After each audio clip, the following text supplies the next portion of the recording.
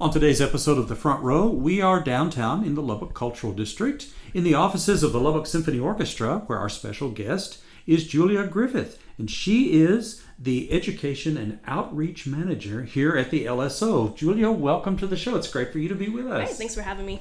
So, what does an Education and Outreach Manager do?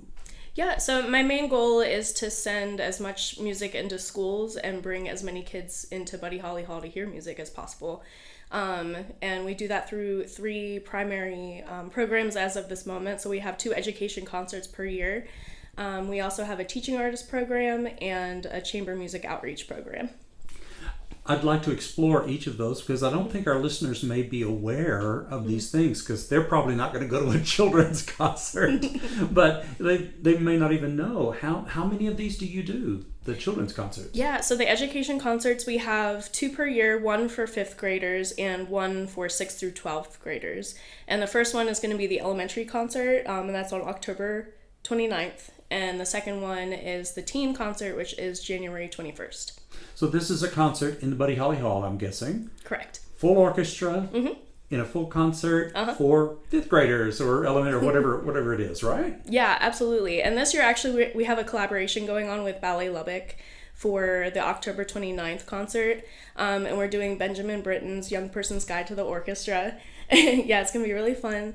And it's the entire orchestra. We're going to have dancers, and there are also educational elements as well. So you'll learn about the instruments, the instrument families, the composer, the ballerinas, all sorts of stuff.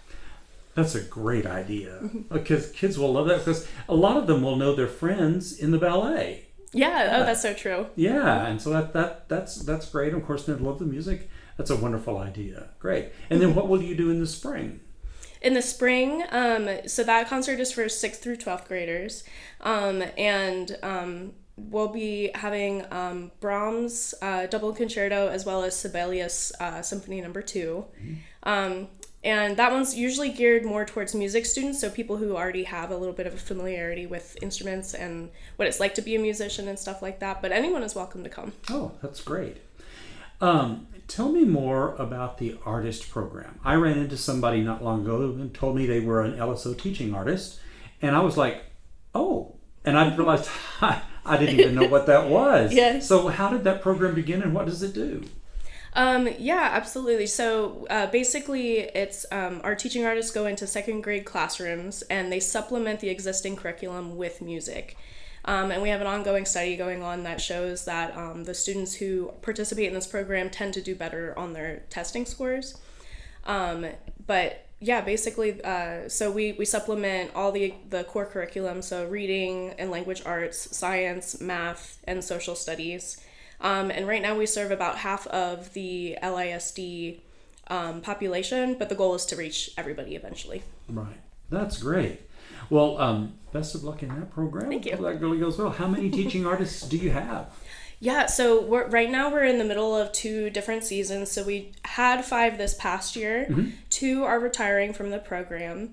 And then we are welcoming 3 as of right now for this upcoming year. So that's promising for growth into the future. Absolutely. That's great.